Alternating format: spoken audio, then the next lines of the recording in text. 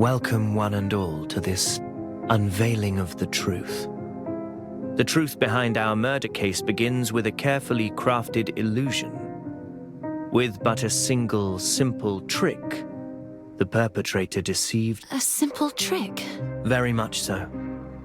This mask, along with his disguise including clothing and a serum, with these at his employ, he made you see him for something he was not. Thus, he managed to escape Williams that fateful day when you barged through his door. You found not a victim. What do you have to say for yourself, What? But you... How could you? This can't be true!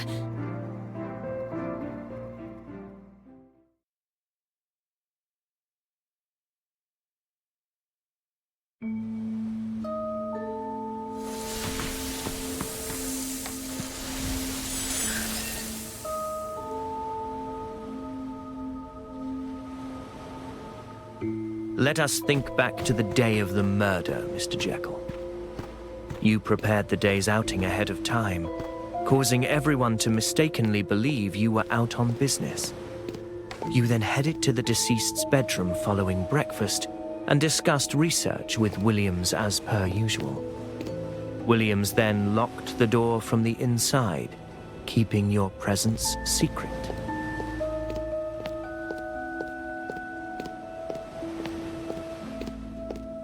He then took a nap around noon, as is his custom. You then thrust a pillow over his face and struck.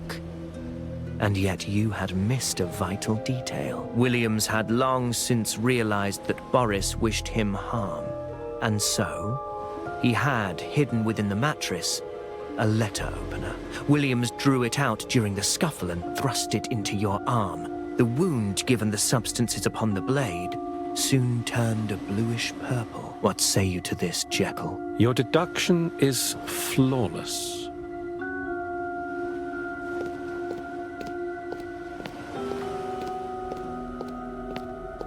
Having aided Williams throughout his research, you were intimately familiar with the nerve agent and knew that it would take effect in 3 short hours. Following this, you traded clothes with Williams and taped his corpse into the closet, before tossing your clothes, those from the wardrobe and the letter opener, into the burning hearth. And sometime around 3 o'clock, you donned his mask and let out the shriek that attracted everyone's attention. A daring plan, fueled by your knowledge of Boris's fear of his father and of vampires. Naturally, Boris ordered everyone to keep quiet about the mask, whereupon they carried you away from the scene, finalizing your escape. Come evening, you awoke in the grave and clawed yourself up through the soil, after which you snuck back into the mansion, retrieved Williams's body, and put it in the coffin. And so, your masterful escape and substitution plan was complete.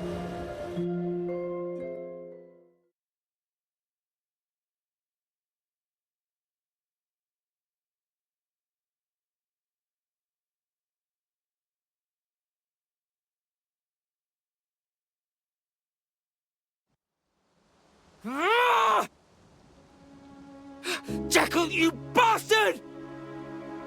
Quite the wonderful escapade you paint, Detective. But say it is true. Why would I be the one to carry it out? You fit the bill better than any other. Sidney's testified that the manor was all but empty when the corpse was only someone who wouldn't raise suspicions and who wasn't at the manor at the time could disguise themselves as the corpse. Ergo, one of the 3 out on business, among which Grant is a child, and the maids are incapable of such a disguise. Only you resemble Williams in height and... A well-crafted deduction indeed. But what of the evidence, my dear detective? As Firtho recalls, the wound Williams left behind was quite deep indeed, and it is highly unlikely it has fully healed, Jekyll, though you may have concealed it with cosmetics. Roll up your sleeve, if you would, and rub away what you've used to keep the injury.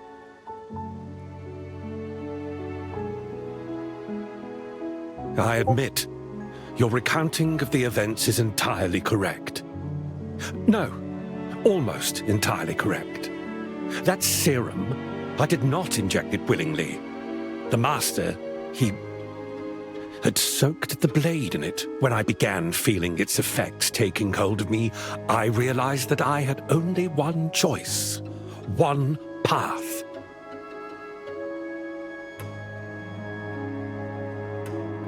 What a marvelous performance. I must return to my study post-haste and put it on paper. Until next we meet, my dear detective. And now for step 2. To let my assistant know what preparations to make. She is likely still resting. I should ask Sydney to pass on a message for me. To think Jekyll would do such a thing. I suggest you send young Master Boris to a healthcare institution specializing in the... Oh, naturally. Relay a message to Firtho at the Research Academy for me at this address. Tell her to come see me at the detective's office once she's awake. Very well.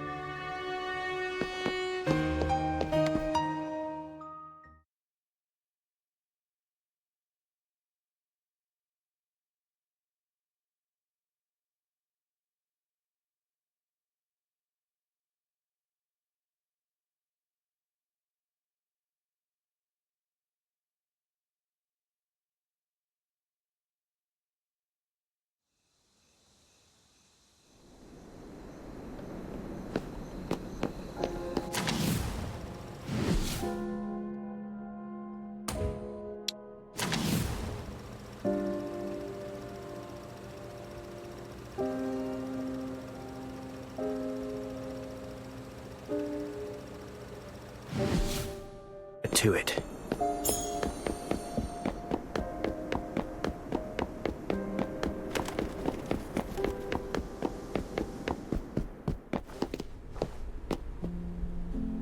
So, you have cracked the case, I take it? What else is there to do? Cracked it, yes. But I have a plan to carry out that requires your involvement. A plan to lure someone out, as it were.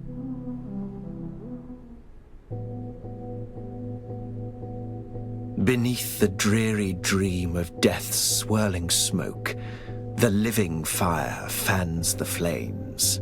Lady Williams, ever the delicate maiden, unable to bear pressure. Her end was not long in coming, following the demise of her husband and son. Why so silent, Madeline? Surely you do not believe me to have gone too far? Not at all, Master. It's just awfully hot in here. Ah, you must forgive me. I tend to forget how much your kind differ physiologically from humankind. Though hidden from sight, that fur must be awfully warm. Howard has been sent to his grave, as has his son. This fire marks the end of this story. Worry not. I will see that you receive an extended break. Well, well, well. The end of this story. We cannot let it end here. Not while the truth remains hidden. If it isn't my dear detective. Are you here for the show? Or to save the damsel in distress? With your help, Firtho and I arrived at the estate a few days ago to begin our investigation. At one point, I came upon a pair of leather shoes in Williams's bedroom that carried a most familiar aroma. That of Alf's chocolate cake. But who could have left and returned while wearing that very pair? Jekyll? Highly unlikely, for he was wearing Williams's clothes. Which means that while the funeral took place, someone, among other things, took Williams's coat and leather shoes from his bedroom while everyone was away. They later showed up at the cathedral that very night. And as only one other person possessed a set of keys, you are the sole plausible culprit, my dear Baron. A triviality that holds no water. The scent of a piece of cake. It proves nothing. My thoughts exactly. Naturally, that is merely the beginning. My initial suspicion of Jekyll faking his death to ultimately break free from the coffin, while sound enough, it has one major flaw. A flaw which Firtho revealed to me at great person. Jekyll would be utterly incapable of crawling out of the coffin. not to mention returning to the mansion and retrieving the corpse after being subjected to the nerve agent. Allow me to tell this tale in its entirety, Baron. This tale of your sins, as it...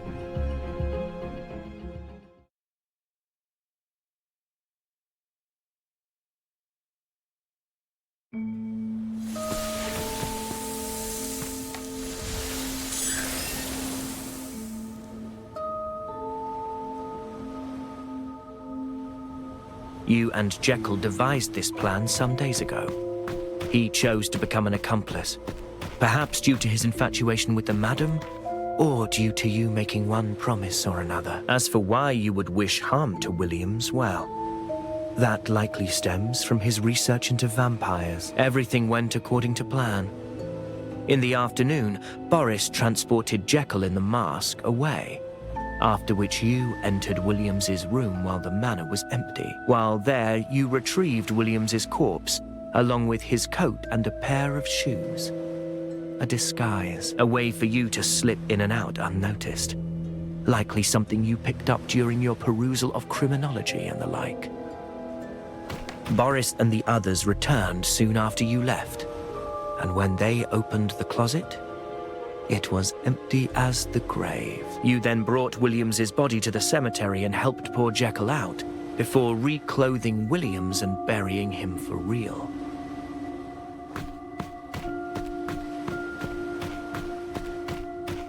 That is when something most unforeseen happened. You saw Firtho and the body bag she was carrying. Upon recognizing her, you quickly realized her reason for being there. To prevent "Vampires Walk Among Us" becoming the morning headline, you had to prevent Williams's corpse from being taken. And so you called upon your werewolf companions. Once you had chased us away, you and your aides left the scene, and there you have it. The true culprit would be forever hidden within the legends of blood-sucking vampires.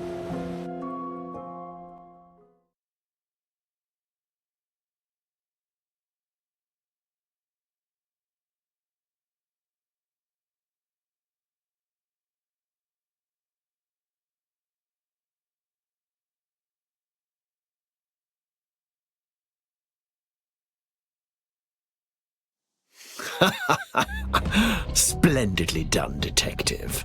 I know now why they took such a liking to you. Alas, it's all too late. The truth matters little now. The blame has fallen onto Jekyll, and the young master died in that asylum. And before us, the madam herself burns as we speak. Your actions haven't changed a thing, and your pursuit of the truth, fruitless. My dear Baron, you jest. You are not the only one who can play at disguises. You sent werewolves last night to assassinate poor young Master Boris, and yet... Did you see his dead body with your own two eyes? Are you saying that you switched him out with a dead body? Impossible. Dullards they may well be, but you cannot fool a werewolf's nose. You could never acquire a corpse identical in both scent and looks at such short notice. But I could.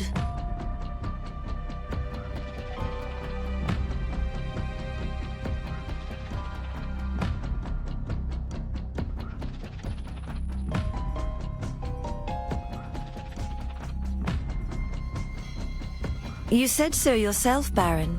I spend all my days researching corpses.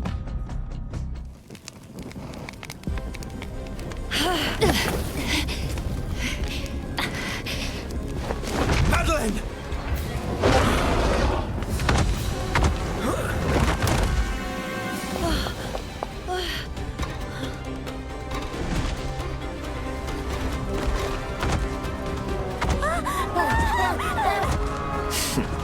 Kill them both!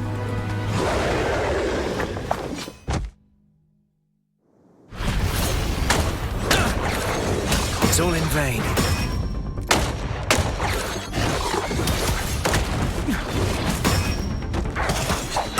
Nevermore!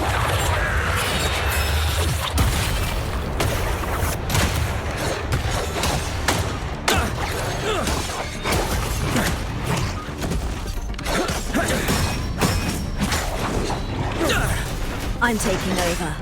Commencing emergency surgery.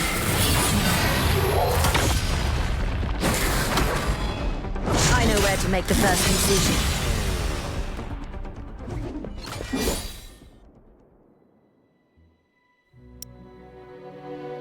Impeccably fought. To think you are capable of besting even Madeline, an assistant I chose with the utmost care. It appears all that is left is for me to accept defeat, my dear detective. What else do you wish to know? Tell me why you did it. I believe I know, but I want to hear you.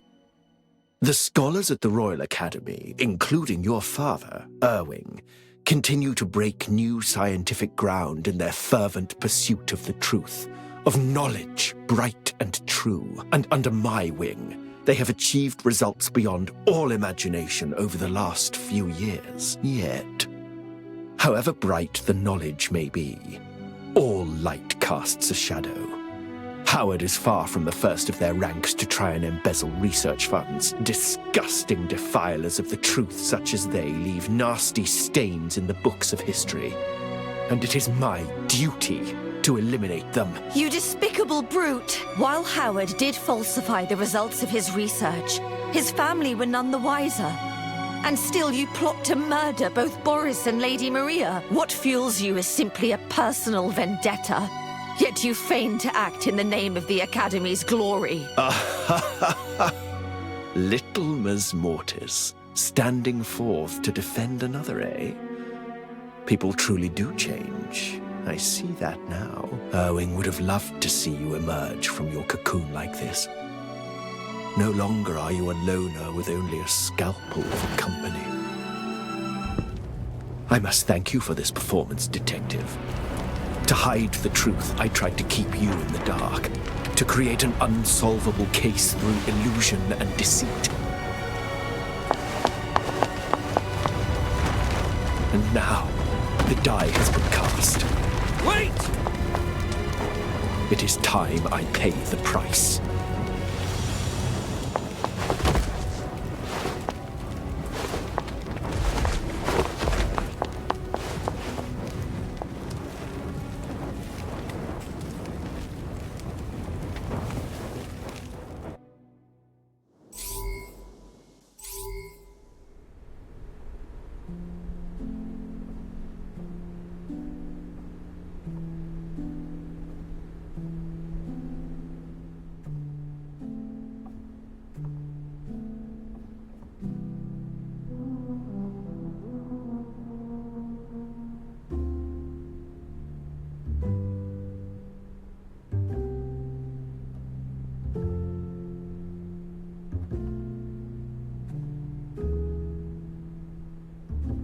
Oh, and I've 2 letters to read through.